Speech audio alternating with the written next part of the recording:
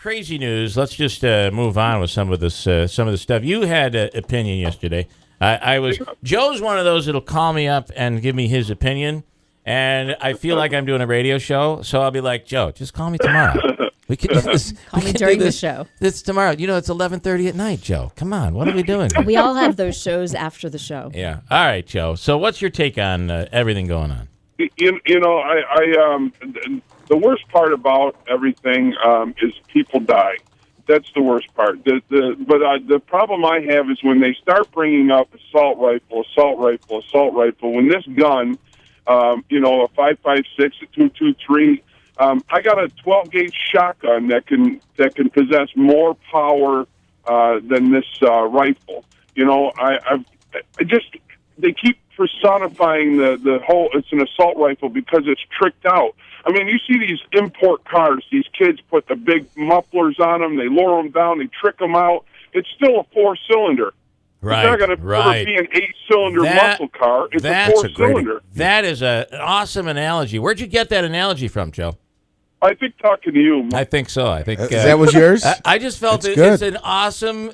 When you think about it, you see this car. It's all souped up, but it has a little dinky engine in it. So and not that this, it could still kill somebody. It can still do damage. You can die in that car. It can still go fast, but it doesn't have the same power that you'd have out of a real hot rod with a high performance engine. And I know it's a tough comparison right now, and people have died, but it's really true. It's really the fact. It can still cause damage. But it's not what you really. It's not that military grade that you really think. It just looks like it is. So, from a guy who's never fired a gun before, again, this is for you, Joe. Take this into consideration, Joe. Explain to me because AR-15 means what? Assault rifle 15. Is that what the AR means? I'm assuming that's what it means. Also, explain how fast it fires because Again, I know nothing, but it would seem to me that matters. How fast you can... It's a semi-automatic. It's going to fire the same as any semi-automatic. I could give you a 22 caliber semi-automatic gun like a Ruger 1022. You can buy in other states, not this one, 125 round magazines for those. You can put 125 rounds in that 1022 and sit there and fire off 125 shots as fast as you can pull the trigger. Now, that 22 caliber bullet will go a mile long, but it's not going to have a knockdown power of a 12-gauge, double-aught bucks or a slug shotgun shell. And there really is a difference from the power of. Now, again, clearly we've seen what this gun can do. It clearly between that and the handgun was able to kill 49 people, and there are 5 or 6 still that could still pass away. So don't take away from the fact that it can kill, right, Joe? I mean, sure, absolutely. It's a firearm. Any firearm could kill you. I mean, Bill, they make little snap guns out of pens with a 22 shell that'll kill you. But tell me, Joe, correct me if I'm wrong, that this gun, because it's a semi-automatic, could go as opposed to it would go bang, bang, bang, bang, bang, bang. So each time you pull, it's not a full auto, which is illegal. It's going to go as fast as your finger each time you pull that trigger. As your finger can pull, yes. Right. It will discharge a round. I mean, and again, this it's not taking away from what any gun can do. But I think Joe's point out of this whole thing is if you take one of these more powerful guns, these are the ones that are used that could be used that would literally destroy everything that it shoots. Can you explain that a little more? Absolutely. Like if you take a 12-gauge shotgun with double-aught buck, which people say, the normal person would say, what's a double-aught buck? Well, it's got like maybe 8 lead balls in it. All right. It's going to tear through and shred through something. Let's say I had a target. Let's say I had a cow, okay, and I shot a cow with a double-aught buck. It's going to make a mess everywhere. You won't recognize. You wouldn't recognize it, the side of it at least. And then if you shoot an AR-15 round, which is a 5.56 or a 223 at this animal, it's going to go through it clean. Maybe come out the back end, depending on your round, a little bit more. But it's not even going to have the same impact. That cow might look at you like, "What are you throwing at me?" Your chance of survival in a situation like that would be far less likely. Right. Okay. Absolutely. Yeah. Manaski has a question. Yeah, so I have a question too. One of the part of the discussion is weapons that, for instance, you can go into a nightclub and kill 50 people. Some of these other guns you're saying that are more powerful, but that are not semi-automatic.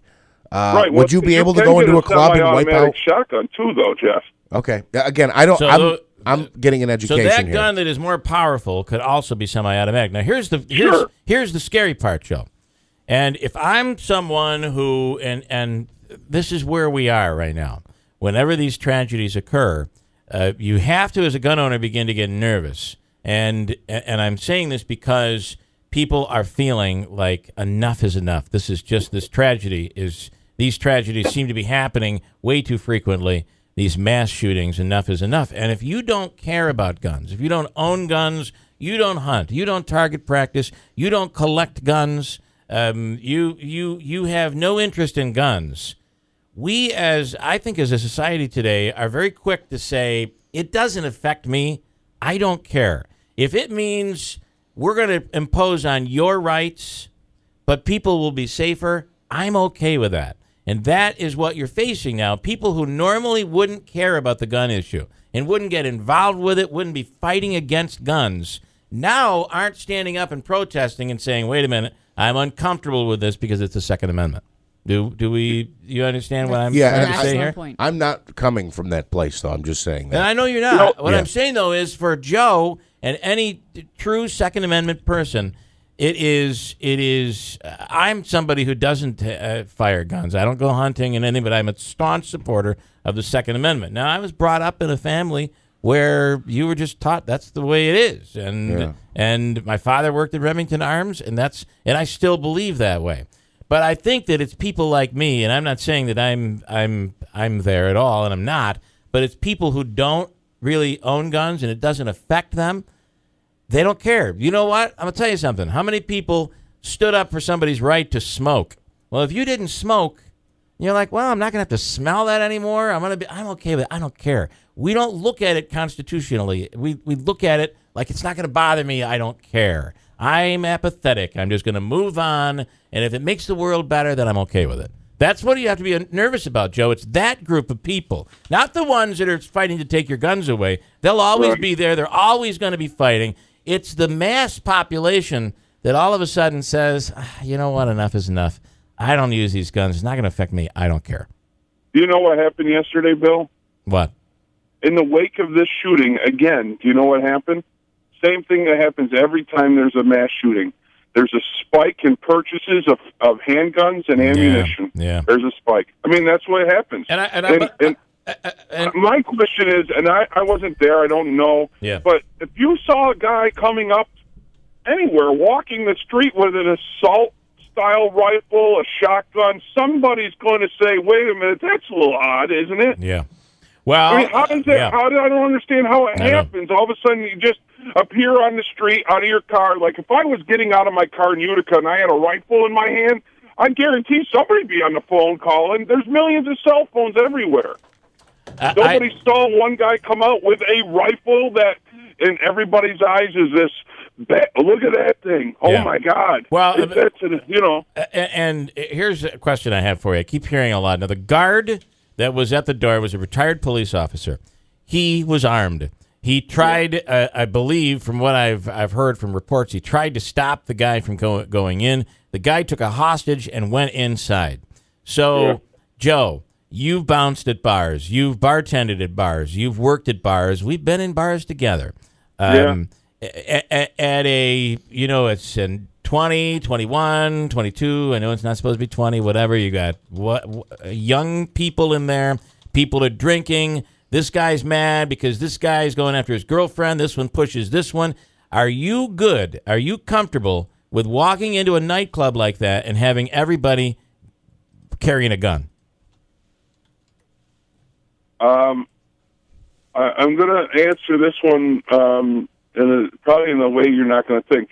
Yeah, I am. You would be comfortable with that. I would rather know that somebody that has got a legal pistol permit, that's taken a class, that is responsible. It might be a designated driver for the night. That's different, Joe. But you're not going to be able to completely assure yourself of that. That's the Bill, problem. The problem is you can't assure yourself of that is even happening now. How do we know that some thug on the street doesn't have a gun illegally in that bar? But you got alcohol. You've got everybody's amped up. Who knows what else? Joe, I got to tell you. And it's dark, and there's lights, and there's who do you shoot? When police come in, they don't know which guy's the bad guy. I don't know that there's I know it's easy to come out and say, hey, Donald Trump, if everybody had guns in there, this wouldn't have happened. That's an easy thing to say. But I know where you're going. You know, I would feel more comfortable if I had a sidearm on me, whether I'm at the bank, whether I'm at the cell phone store, whether I'm at the grocery store. You just don't know. And when I was in Arizona, I just want to bring this up quick. Everybody had a pistol permit in Arizona, but they couldn't conceal it. So when I walked into a store for the first time and saw this little 60-year-old grandmother carrying a .357 revolver, I was thinking to myself, "Wow, I got to watch what happens here because this little old lady's going to pull that gun and just start shooting. We're going to be in trouble." But maybe that's what everybody thinks, so they don't act. They don't have a crime because you don't know who's going to shoot at you. Yeah, you're right. You're right. And I just want, for the record, I would be more comfortable if I walked into a nightclub and you had a gun. Not that everybody else did. And I do have a former cop here saying no way for guns in bars, although they do it in Texas and you don't hear anything about it. Right. I mean, Bill, the world is different. When we walked into bars when we were younger, the worst thing you had to worry about is if somebody got in a fight with you, and then you had to have enough money to buy them a drink after the fight. Right. But things are different. Then we moved to knives, and then we moved to guns. What I think, it's just a crazy world, but it is I don't think stopping people from owning firearms is the answer, because then we're all unprotected. It's really the culture we have to go over. There's a culture to go after, and it's this fad. I hate to say, but it's such a little word. But what happened to the people that had actual regard for other people? I know. Well, you're dealing with, like in this case, I got to tell you, this guy we're learning was messed up in the head. Clearly, if you can walk in and do that, you got to be messed up in the head. And yet, he was a security guard. He had a gun. He had it legally. He was able to buy legally. And everybody that was around him was like, just that's him. That's how he is. He's always saying he's going to kill somebody. Well, he finally did, right? He finally acted on it. Call somebody, right? I know. All right, Joe, I appreciate it. And then his wife brought him there, right? And where's their responsibility? And one more point, just to change the subject for just a little bit. Are we kidding ourselves here? When our president is afraid to say Islam and radical Islam, I don't want to get. And he's attacking Christianity and he's attacking Trump rather than standing up. What's going on with this country? I don't want to get down that road because I know you don't, but I'll tell you what. I know you do. That has caused more problems since he's been in office 8 years than anybody I've ever seen in my lifetime. All right, Joe. Thanks. Did I lose Dave, Andrew? Because I wanted to take. Is he still there? All right, Joe. Thank you. All right, thank you. All right, and I don't want to get down that road. I don't want to get into it. I know I got a break. Dave has a distinction explaining the AR. Yeah, I asked the question. Does AR mean assault rifle? Go ahead, Dave. It doesn't mean assault rifle. It means ARMALITE rifle, Armalite. Oh, okay. And so AR is just a... He didn't use an AR-15. He used the Sig Sauer. Oh, okay. That's what we're finding out. And what kind of gun is that? I mean, obviously, semi-automatic. Well, it's very similar. The AR Bushmaster is manufactured by Remington, and the Sig Sauer is not. So it didn't come from upstate New York. Well, if there's anything we can look at, there is your positive, right? If there's any positive out there at all that you could take away. A little bit positive, Right. At least they don't have another case they're going to be dealing with like they're dealing with in Connecticut right now. All right, David, I appreciate you waiting, too. Joe gets all fired up. He can't stop. I guess so. Okay, thanks. We got a break. I got a break. I got a lot to get into here today, a lot of things happening. Of course, this case here locally with the chiropractor is just incredible. And there's a lot to be said about this whole gun issue. Michael says, for your information, it's not illegal for license permit holders to carry in New York bars, and people do it all the time without incident.